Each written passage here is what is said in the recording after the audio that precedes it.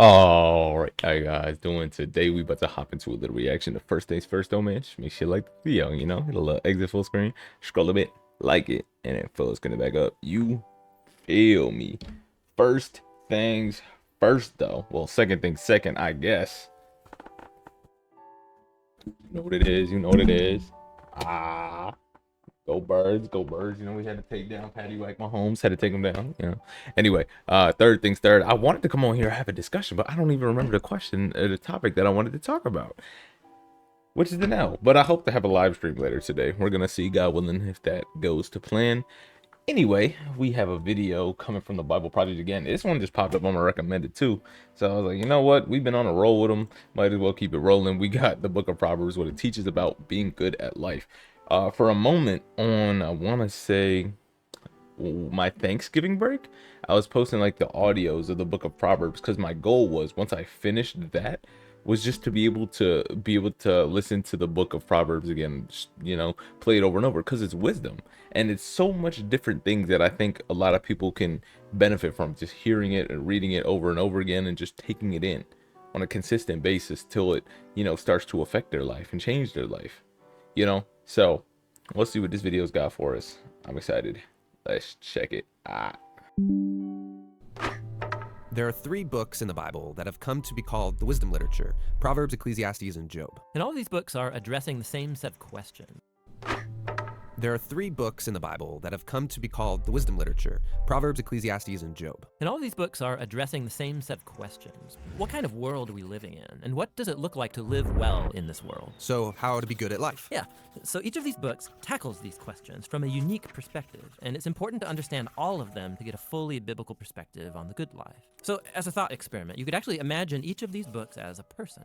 So Proverbs would be like this brilliant young teacher, and Ecclesiastes the sharp middle-aged critic, and Job would be this weathered old man who's seen a lot in his day. We're going to start by meeting the book of Proverbs, the brilliant young teacher. And she's not just smart, she's smart about everything: work, relationships, sex, spirituality. She has incredible insights, things you wouldn't see on your own. Yeah, she would be the perfect friend to have around when you need really specific advice. So what makes her so smart? Well, Proverbs can see things that most people don't see. She believes that there's an invisible creative force in the universe that can guide people in how they should live. And you can't see it, just like you can't see gravity, but it affects everything that we do. So what's this force? Well, in Hebrew, it's called chokhmah, and it usually gets translated into English as wisdom. It's an attribute of God that God used to and it usually gets translated into English as wisdom. It's an attribute of God that God used to create the world. And chokhmah has been woven into the fabric of things and how they work. So wherever people are making good or just or wise decisions, they're tapping into chokhmah. And whenever someone's making a bad decision, they're working against chokhmah. Right, or as it says in Proverbs chapter 1, the waywardness of fools will destroy them, but the one who listens to wisdom lives in security. So it's like a moral law of the universe. Yeah, it's a cause-effect pattern, and no one can escape it. And Proverbs personifies all of this as a woman. Yeah, Lady Wisdom. Right, and she roams around the earth, calling out, making herself available to anyone who's willing to listen to her and to learn. Which leads to the second thing Proverbs believes: that anyone can access and interact with wisdom and use it to make a beautiful life for yourself or for others. You can create with it like a designer. Yes, in fact, chokhmah in Hebrew isn't simply intellectual knowledge. The word is also used to describe a skilled artisan who excels at their craft, like woodworking or stonemasonry. So you show you possess chokhmah when you put it to work and develop the skill of making a good life. Okay, that makes sense. So let's do this. Let's go find some wisdom. But before you do, Proverbs has one more really important thing to consider. Chokhmah isn't some impersonal force. It's an attribute of God himself.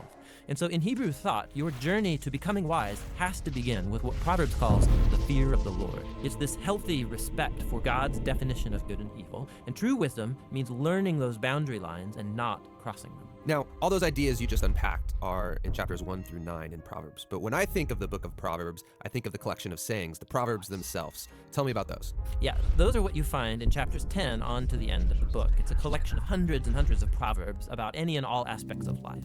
And chokhmah gets applied to them, resulting in this wise guidance to help you find a path towards success, and no matter what you do. If I design my life with these sayings, life is going to be good.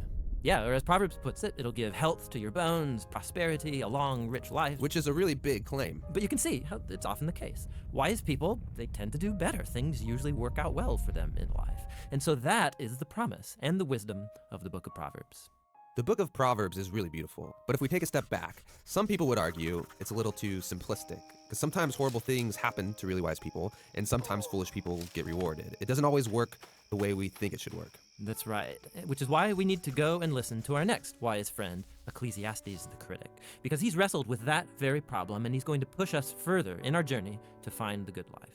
And honestly, I know people always talk about Proverbs being like broken up into subsections, right? So obviously they said chapters 1 through 9, that's the fear of the Lord section, right? Understanding that to move forward in life, to understand everything, right? You got to have the fear of the Lord first, that reverence, that love.